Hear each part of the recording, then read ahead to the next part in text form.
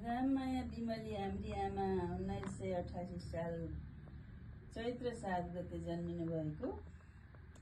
अब अहिले 9 र 5 95 वर्षमा हिँड्दै हुनुहुन्छ। त्यो सानो उमेर होइन।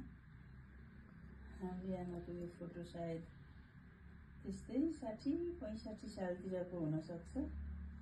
त्यतिखेर दाँत लाएको, गोरो अनुहार, चाउरी परेको, लजालु हँसाइ। अनि अब यो किताब चाहिँ अस्ति चैत्र 28 गते लोकार्पण भयो। अब यसमा चाहिँ आमाले भोगेका जीवनका अनुभव, अनुभूतिहरू, दुःख सुखहरू सबै चाहिँ यसमा समेटिएको हुन्छ। ल सबैजनाले आमालाई पढेर आमाका कुराहरू लेखिदिनु होला। फेसबुकमा लेखिदिनु होला। के छन् आफ्ना मिडियाहरू तिनमा लेखिदिनु होला।